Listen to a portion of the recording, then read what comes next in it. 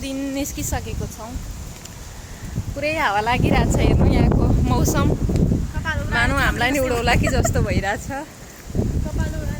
होइन यो इफेक्ट पनि के साह्रो आएको हो। हेर न यहाँ मान्छे त बल्या त हो। यति राम्ररी त छैन त म त। आहा हेर त। फेरि पनि गाइज हामी चाहिँ पसलमा आइसक्यौँ चाउचाउ किन्नलाई। आज चटपट बनाएर खाने प्लान छ हाम्रो।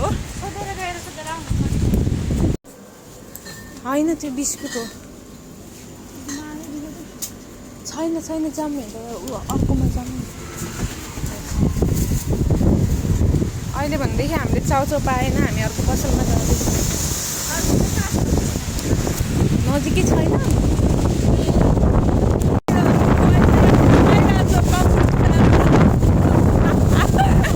के साह्रो हावा लाग्यो हो।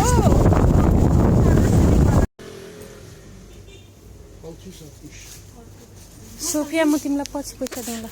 तिमी खुजुरा छ यसमा चाहिँ तिमीलाई त दिनै सक्यो अरे। तिमीले त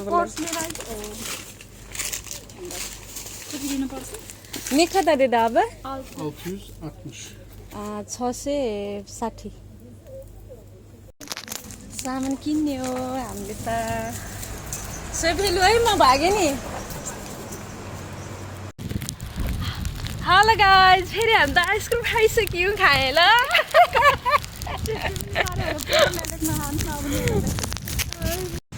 गाइज हामी चाहिँ पार्कमा आइसकेको छौँ।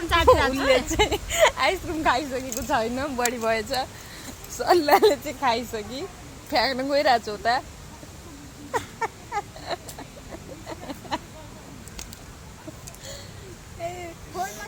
हामी चाहिँ यहाँ पार्कमा आएको बस्नलाई पुरै मान्छे नै मान्छे। हामी बस्ने ठाउँमा चाहिँ मान्छे आएर बसिसकेछन् के। त्यही भएर कुरिरहेछौँ ठाउँ बस्नको लागि। ल सलिना परा खानेकुरा त केही छैन हौ। चटपटे छ। चटपटे त के खान्छ यसले। हेलो सलिनाले चटपटे बनाउँदैछु। चाउचाउ साह्रोमा साह्रो छ ढुङ्गा जस्तो। त्यो बट्टामा चाहिँ हामीले गोलबेरा अनि काँक्रा अनि त्यसपछि फ्यास किनेर अनि ल्याएको छौँ। तर सबै निस्केछ। त्यसको पानी जुस सबै सकेछ। तर बिस्तारै सलिना यसमा जुस एकदम बिखेर पुलै। यता दुईजना साथी थियो एकजना चाहिँ जानुपर्छ। पर्खिरहेको छ बिचरा। मिन्नुस पनि खान्छ हो। साथलिस बेनिम मिन्नुस बेनिम सेमी राख्छन् बोइले बिचरा।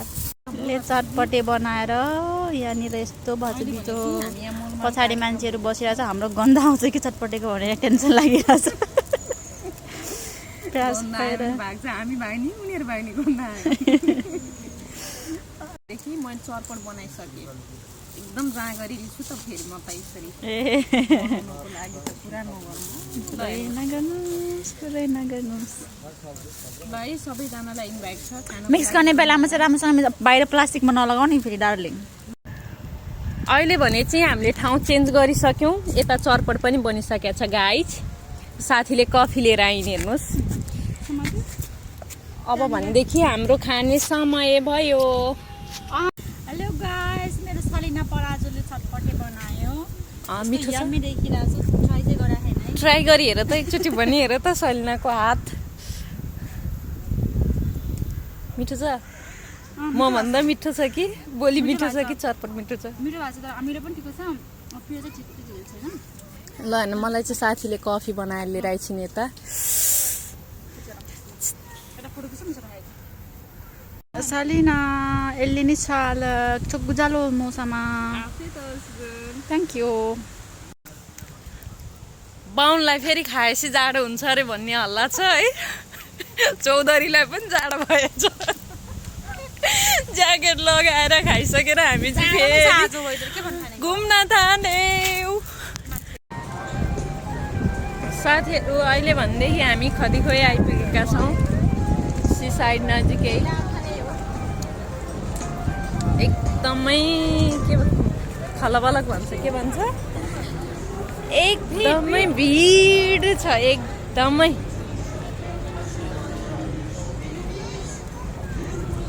अघि न चाहिँ चिसो थियो। अहिले भनेदेखि फेरि घाम लाएर गर्मी भइरहेको छ। हेर्न सक्नुहुन्छ एकदमै भिड छ।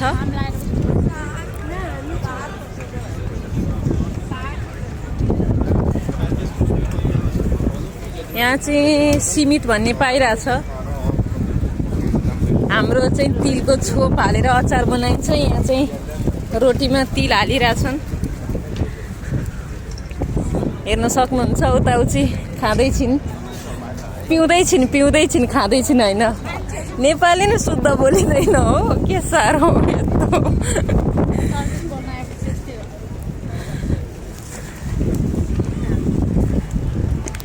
यो मन त नेपाली हो। लौन टन्नै यहाँ जम्का भेट भयो। कपडा किन्न आइरहेछौँ हामी साथीहरू। सोफिया तिमीलाई कुन मन पर्यो? व्हाइटवाला। हेर्नु कति धेरै महँगा छन् सामानहरू। हेर्नु पुरा नगरौँ, छोइ नसक्नु छ हो सामानहरू त। जाली परेका कपडाहरूलाई 3000-3500 भन्छ हो। अन्त यति राम्रो छ यो कपडा।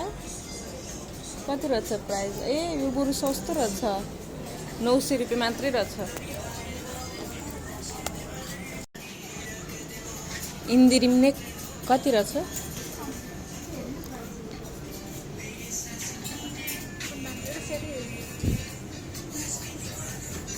सेल 499।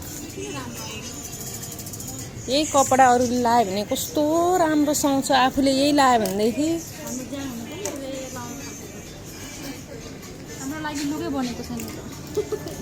तिमी मोटाउनु पर्यो अरे के कान्छे, दुब्लो भएर हुँदैन अरे, विचार गर न।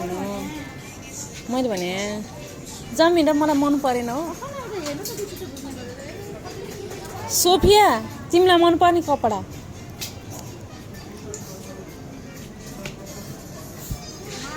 जिपला, यसलाई पनि 500, यस्तो सिम्पललाई नि।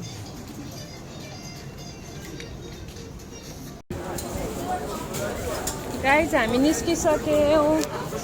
महँगोमा महँगो सामानहरू हेर्नु, किनि नसक्नु। त्यही भएर हामीले चाहिँ केही पनि लिगेनौँ आज चाहिँ। सोफिया डलर साट्ने हो? 6 भने 60 है। के साह्रो भिड छ। हेर न, न्युज बनाइरहेको छ मान्छेले।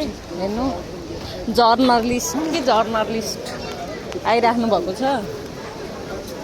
सोफिया हामी पनि त्यहाँ जाने हो कि? हाम्रो पनि फोटो आउँछ कि टर्किस टेलिभिजनमा?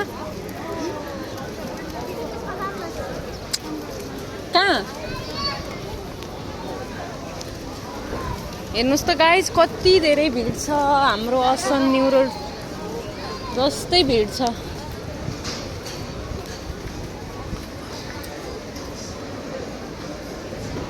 ल अहिले भनेदेखि हामी आइसक्यो। यसको नाम के हो रे? लकपोस्ट। हेर्नु कति राम्रो छ। महँगो आमा, यसको त एकदमै महँगो नि प्राइस। 62 रुपियाँ 69 पैसा।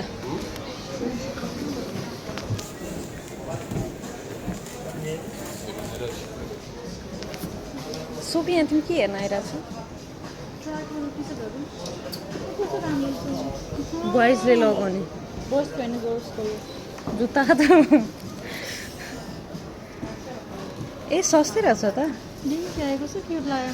मलाई त सिम्पल मन परेन, झिलिमिली मात्रै मन पर्छ।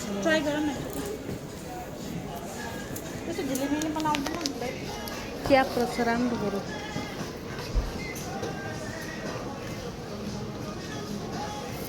क्याप चाहिँ हेर सोफिया तिम्रो लागि लिन्छौ? कति रहेछ प्राइस?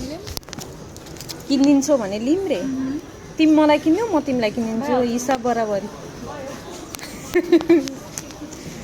कस्तो राम्रो छ।